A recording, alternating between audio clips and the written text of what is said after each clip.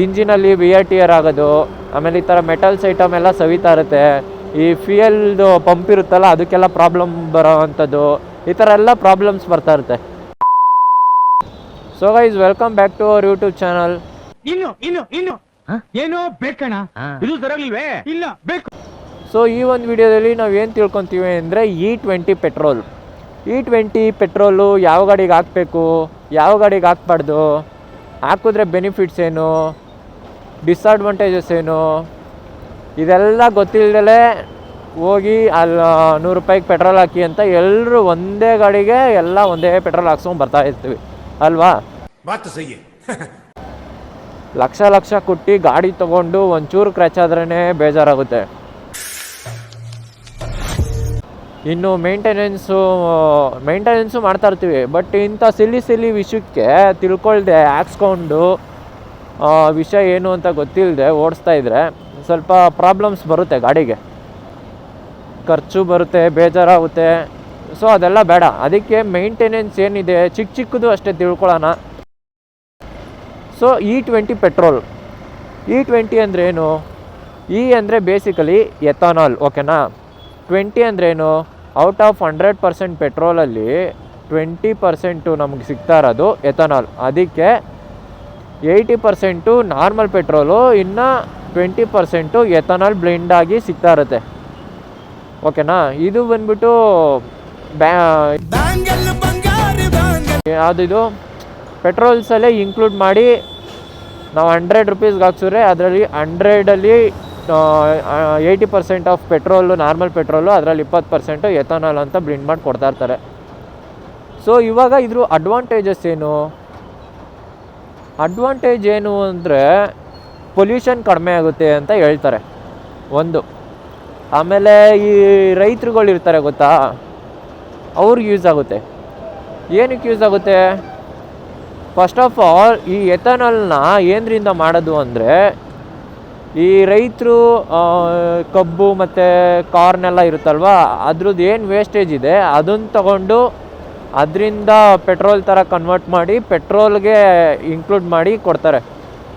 ಅದಕ್ಕೆ ಅವ್ರಿಗೆ ಯೂಸ್ ಆಗುತ್ತೆ ಅಂತ ಹೇಳ್ತಾರೆ. ಬಟ್ ಯೂಸ್ ಆಗ್ತಿದೆಯೋ ಇಲ್ವೋ ಅವ್ರಿಗೆ ಗೊತ್ತಿಲ್ಲ, ಓಕೆನಾ. ಇಷ್ಟು ಗೊತ್ತಾಯ್ತಾ? ಇವಾಗ ಯಾವ ಗಾಡಿಗೆ ಹಾಕಬೇಕು, ಯಾವ ಗಾಡಿಗೆ ಹಾಕ್ಬಾರ್ದು, ಅಡ್ವಾಂಟೇಜಸ್ ಏನು? ಸೊ ಅಡ್ವಾಂಟೇಜ್ ಏನು ಅಂದರೆ ಹೇಳಿದ್ನಲ್ಲ, ಇದು ಪೊಲ್ಯೂಷನ್ನು, ಈ ರೈತರಿಗೆ ಯೂಸ್ ಆಗೋವಂಥದ್ದು. ಇನ್ನು ಡಿಸ್ಅಡ್ವಾಂಟೇಜಸ್ ಅಂತ ಏನಕ್ಕಂತ ಬಂದರೆ ಅದು ಪರ್ಟಿಕ್ಯುಲರ್ ವೆಹಿಕಲ್ಸಿಗೆ ಬರುತ್ತೆ. ಯಾವ ಥರ ವೆಹಿಕಲ್ಸ್ಗೆ? ಇವಾಗ 2023 ಗಾಡಿ ಇರ್ತಾವಲ್ಲ, 2023 ಮಾಡಲ್ಸ್ ಏನಿದೆ ಆ ಗಾಡಿಗಳಿಗೆಲ್ಲ E20 ಕಂಪ್ಯಾಟಿಬಲ್ ಅಂತ ಕೊಟ್ಟಿರ್ತಾರೆ. ಅಂದರೆ E20 ಪೆಟ್ರೋಲ್ ಏನಿದೆ ಇಂಥ ಗಾಡಿಗಳಿಗೆ ಹಾಕ್ಸ್ಕೋಬೋದು. ಅಂದರೆ 2023 ಮೇಲೆ ಏನು ಬರುತ್ತೆ ಆ ವೆಹಿಕಲ್ಸ್ಗೆಲ್ಲ ಕಂಪ್ಯಾಟಿಬಲ್ ಆಗಿರುತ್ತೆ. ಸೊ ಹಾಕಿದ್ರೆ ಪ್ರಾಬ್ಲಮ್ಸ್ ಏನೂ ಇರೋಲ್ಲ. ಇನ್ನು ಯಾವ ಗಾಡಿಗೆ ಹಾಕ್ಬಾರ್ದು? ಈ 2023 ಕೆಳಗಡೆ ಏನು ಗಾಡಿಗಳು ಇತ್ತಲ್ಲ ಅವಕ್ಕೆಲ್ಲ E10 ಅಂದರೆ ಎಥನಾಲ್ 10, ಅಂದರೆ 90% ಪೆಟ್ರೋಲ್ ಸಿಗ್ತಾಯಿತ್ತು, ಇನ್ನು 10% ಎಥನಾಲ್ ಬ್ಲೆಂಡ್ ಆಗಿರ್ತಾಯಿತ್ತು. ಹಳೆ ಗಾಡಿಗಳಿಗೆ 2023 ಕೆಳಗಡೆ ಗಾಡಿಗಳಿಗೆ ಇದೆ ಈ ಥರ E10 ಕಂಪ್ಯಾಟಿಬಲ್ ಇತ್ತು. ಇವಾಗ E20 ಮಾಡಿದ್ದಾರೆ. ಸೊ ಪ್ರಾಬ್ಲಮ್ಸ್ ಏನು? E20 ಗಾಡಿ 2023 ಮಾಡಲ್ಸ್ಗೆಲ್ಲ ಕಂಪ್ಯಾಟಿಬಲ್ ಆಯಿತು. ಇನ್ನು E10 ಗಾಡಿಗಳೆಲ್ಲ ಏನು ಮಾಡಬೇಕು? ಏನಾದ್ರು ಪ್ರಾಬ್ಲಮ್ ಆಗುತ್ತಾ ಗಾಡಿಗೆ ಹಾಕ್ಸಿದ್ರೆ? ಡೆಫಿನೆಟ್ಲಿ ಪ್ರಾಬ್ಲಮ್ ಆಗುತ್ತೆ. ಈ ಥರ ವೆಹಿಕಲ್ಸ್ಗೆ ನೀವು ಕೇರ್ ಮಾಡದೆ ಓಡಿಸಿದ್ರೆ ಏನು ಪ್ರಾಬ್ಲಮ್ಸ್ ಬರುತ್ತೆ ಅಂದರೆ, ಫ್ಯೂಯಲ್ ಎಫಿಷಿಯನ್ಸಿ ಕಡಿಮೆ ಆಗುತ್ತೆ ನಿಮ್ಮದು, ಫಸ್ಟ್ ಪಾಯಿಂಟು. ಇನ್ನು ಸೆಕೆಂಡ್ ಪಾಯಿಂಟ್ ಏನು ಅಂದರೆ ಪೊಲ್ಯೂಷನ್ನು ನಿಮ್ಮ ಗಾಡಿಗೆ ಸ್ವಲ್ಪ ಸ್ಟ್ರಗಲ್ ಆಗ್ತಾ ಇರುತ್ತೆ ಒಳಗಡೆ. ಇವಾಗ ನಿಮ್ಮದು E10 ಅಲ್ವಾ ಕಂಪ್ಯಾಟಿಬಲ್ಲು.